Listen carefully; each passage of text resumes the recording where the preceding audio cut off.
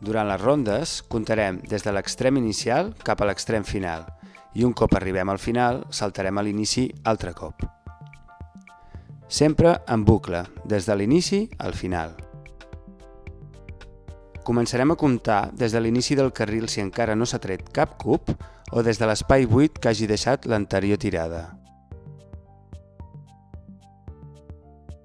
Quan traiem un cub d'un carril on ja hi ha un espai buit, recordarem desplaçar els cubs que hem deixat enrere cap a l'extrem d'inici.